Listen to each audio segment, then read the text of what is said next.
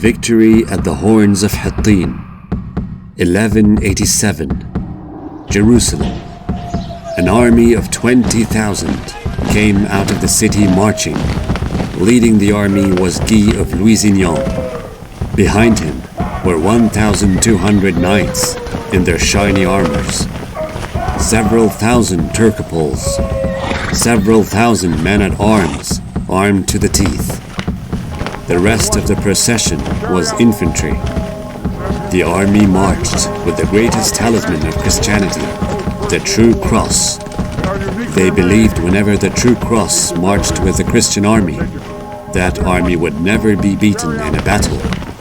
Only after a few days, this whole army would cease to exist at the Battle of Hattin. Rewinding a few weeks, April 1187.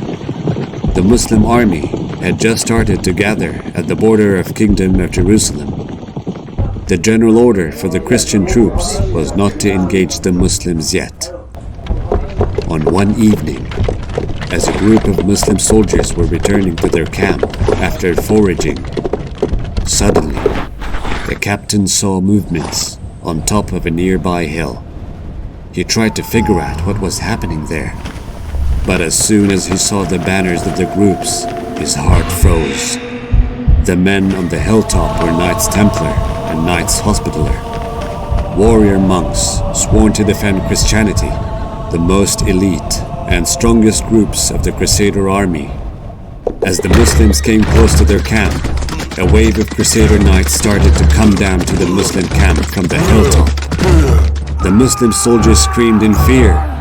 Some started to gather their weapons, and some froze with panic. The knights were around 140 in number.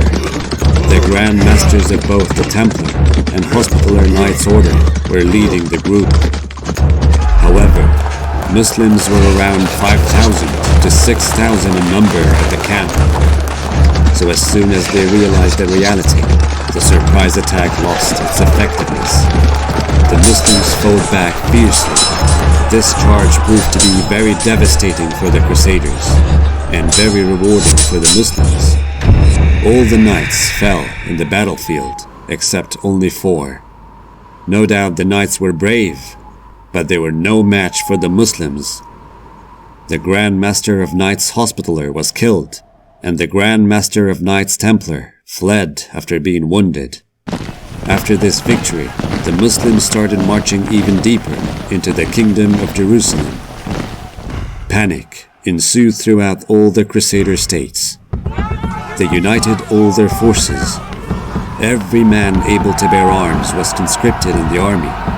All the princes of the Crusader states, including Reynald of Chatillon, Raymond of Tripoli, and Balian Ibelin, joined the army.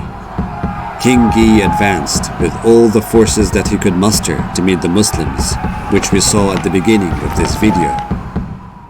June 1187, Jordan River Valley. The Ayyubid yellow banners covered the whole valley as Salahdin marched with 30,000 troops towards the western shore of the Sea of Galilee. The recent victory at Crescent and the campaigns in 1182 and 1183 made his army familiar with the battle tactics of the Crusaders in that area.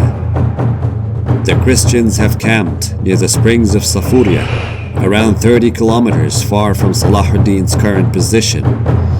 Between the two armies was an arid land with no water and food sources.